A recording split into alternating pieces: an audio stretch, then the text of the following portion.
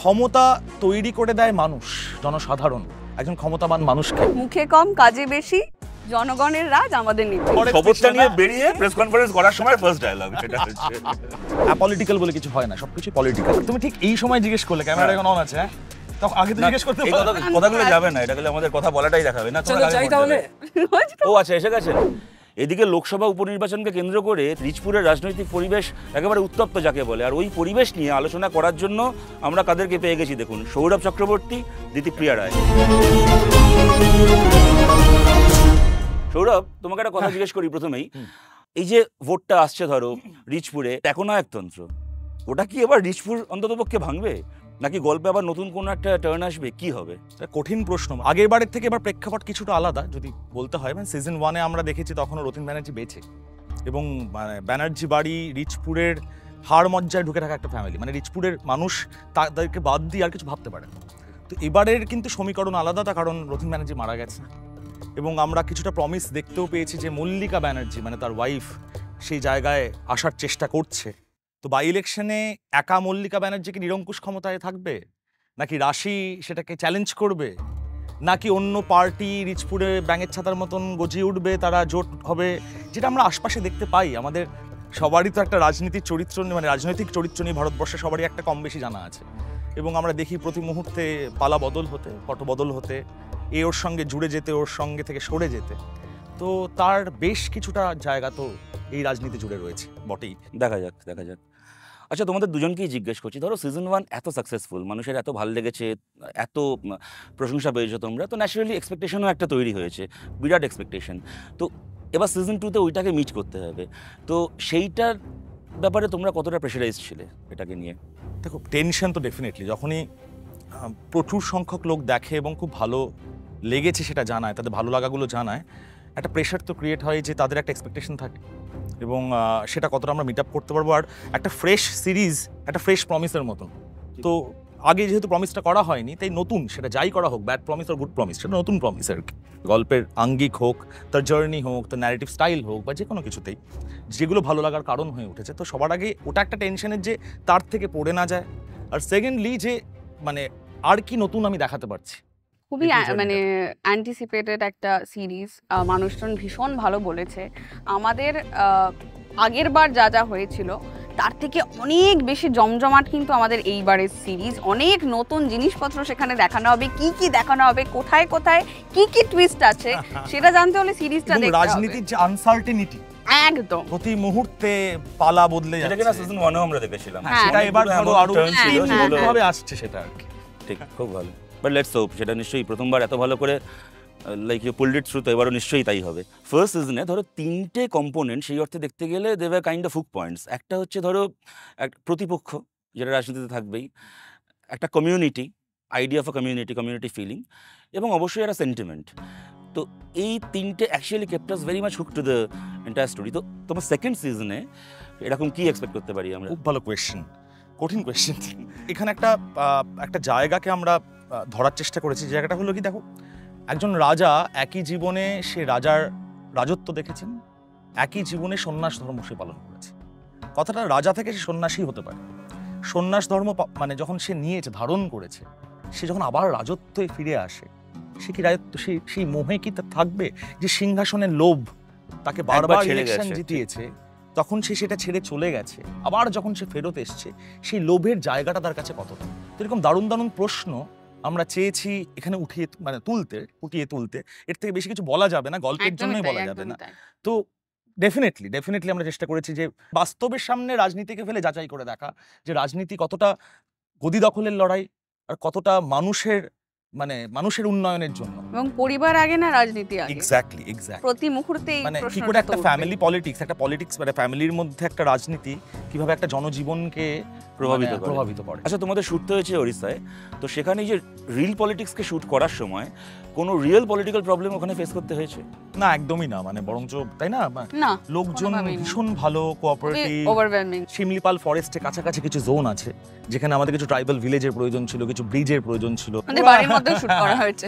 তো ওরা কোঅপারেট করেছে, ভীষণ কোঅপারেট করেছে, এবং তারা খুব খুশি যেটা শুটিং হচ্ছে, এতগুলো লোক এসছে, কাজ হচ্ছে। আচ্ছা সৌরভ, একটা কথা আছে যে power corrupts and absolute power corrupts absolutely. তো এবার গিভেন দিস, তোমার কাছে মানে what is your idea of politics? তোমার কাছে রাজনীতি মানে কি? সবার আগে বলি যে আমরা কোন রাজনীতির কথা বলছি।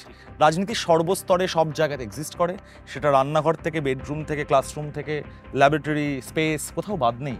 তো অ্যাপলিটিক্যাল বলে কিছু হয় না, সব কিছু পলিটিক্যাল। এবং যদি আমরা পার্টি পলিটিক্সের দিকে বলি, মানে যেখান থেকে দেশ চালানোর কথা আসে, তাহলে আমার সেটা মনে হয় যে দেখো, ক্ষমতা তৈরি করে দেয় মানুষ, জনসাধারণ, একজন ক্ষমতাবান মানুষকে। আমরা রাজতন্ত্রকে ছেড়ে এসেছি এটাই কারণে যে ক্ষমতাবান মানুষ ঠিক করে দেবে না মানুষের পছন্দকে।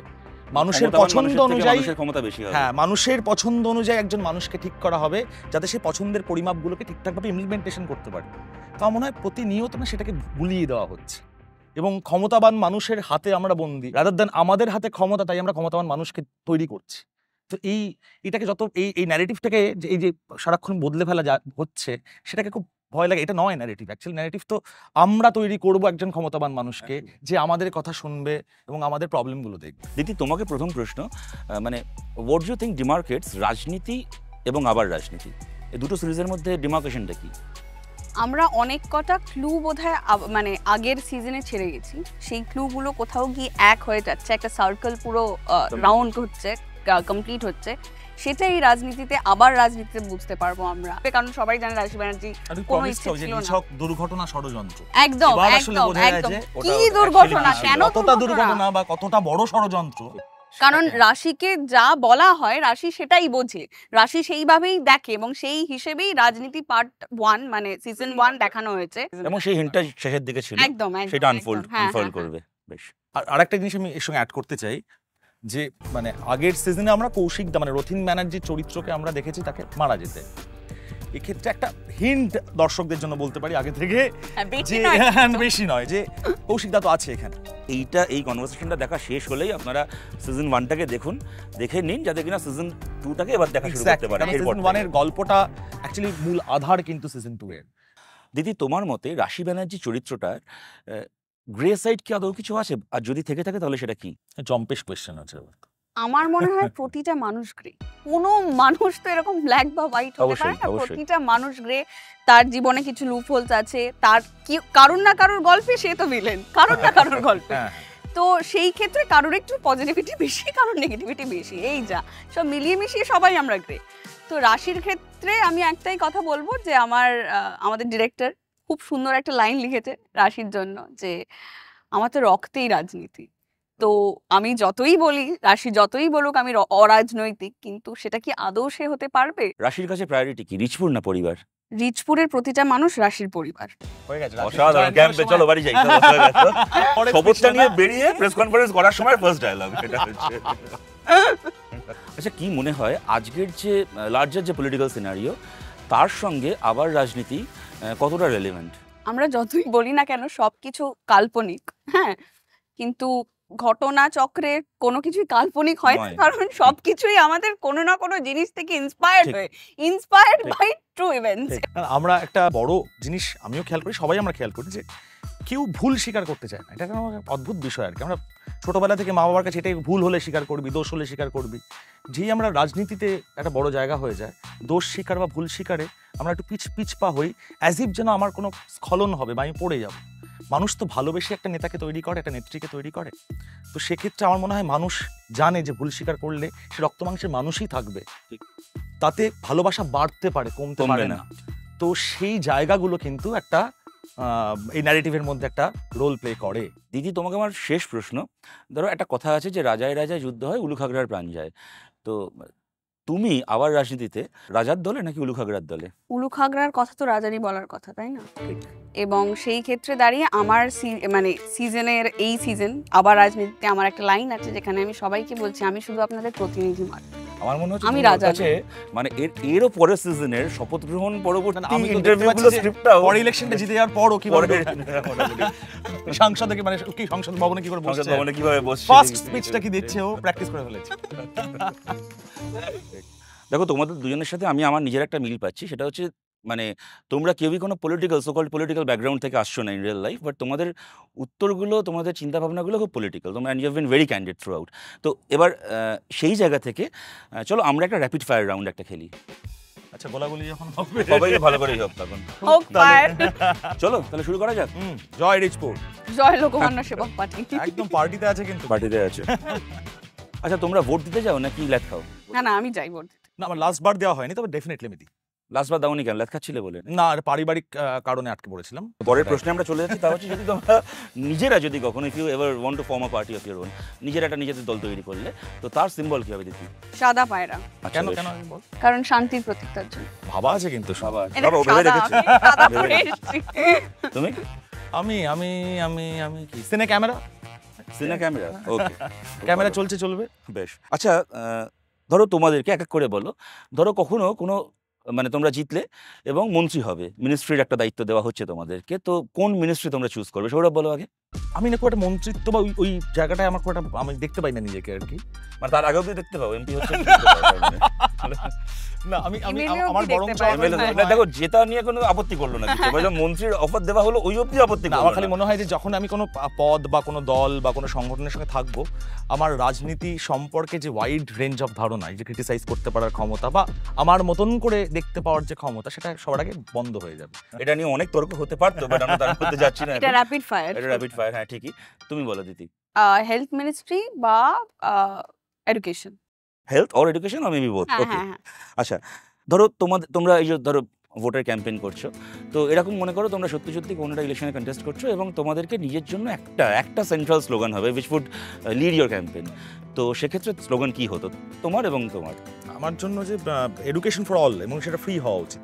শিক্ষা সবসময় বিনামূল্যে। তুমি আসো আমার এখানে চলে আসো। এটা কিন্তু- না আমি যদি পার্টি ফর্ম করি, ধরো আমি যদি ভাবলাম রাশি ব্যানার্জি যদি আসে পরের বার, যদি আমরা Ambition-টা বেরিয়ে আসছে কিন্তু আস্তে আস্তে। না, না, না, আমি যদি বা রাজনীতি দিতিপ্রিয়া রায় যদি আসে। না না বলো না, রাশি ওটা- ব্যানার্জি, আচ্ছা, ওটা আমরা রাশি ধরে ব্যানার্জি, নিচ্ছি, না, আচ্ছা, কাউকে ধরতে হবে না। হ্যাঁ, তো যদি রাশি ব্যানার্জি আসে বা যদি পদে বসে, তাহলে রাশি ব্যানার্জির কি স্লোগান হতে পারে? কি স্লোগান? দেখো আমরা হচ্ছে ইউথ, হ্যাঁ আমাদের ইউথদের সবকিছুতেই পাঞ্চ লাইন খুব ইম্পর্টেন্ট। তো সেই ক্ষেত্রে দাঁড়িয়ে মুখে কম কাজে বেশি, জনগণের রাজ আমাদের নীতি। তুমি সত্যি বলছো? তুমি ভেবে রাখোনি যে কবে, মানে সত্যি বলছো? আমি ইনস্ট্যান্ট যা হচ্ছে ইনস্ট্যান্ট আরে হচ্ছে কিন্তু। বাবা, এটা কিন্তু এটা ও বিশ্বাস সাদা করো। পায়রা বলেছে, সাদা জামা ওর পরে এসেছে। সিম্বল ভাবা আছে, ওর মিলিয়ে জামা ক্যাম্পেইনের পরে এসেছে। লিড স্লোগান ভাবা আছে, ও জেতার পরে কোন দপ্তরের মন্ত্রী হবে ভাবা আছে, তোমার পিএ কাদেরকে রাখবে, আইএস কাদের কিছু ঠিক না, দেখো এই ভাবার কারণও রয়েছে। রাজনীতি আমরা যেখানে গিয়ে শেষ করি, সেখানে ভাবনাটা জাস্টিফাই। আমি না, বিশ্বাস দেখো, করতে- method acting, আমি এটাকে বিশ্বাস বলে- করতে এটাকে পারছি বলে না। method acting। আমি বলছি, আমি যতদিন series এটাকে বলে মেথডিক্যাল প্ল্যানিং, আপনারা এগুলো বিশ্বাস করবেন না, এটা হচ্ছে মেথডিক্যাল প্ল্যানিং।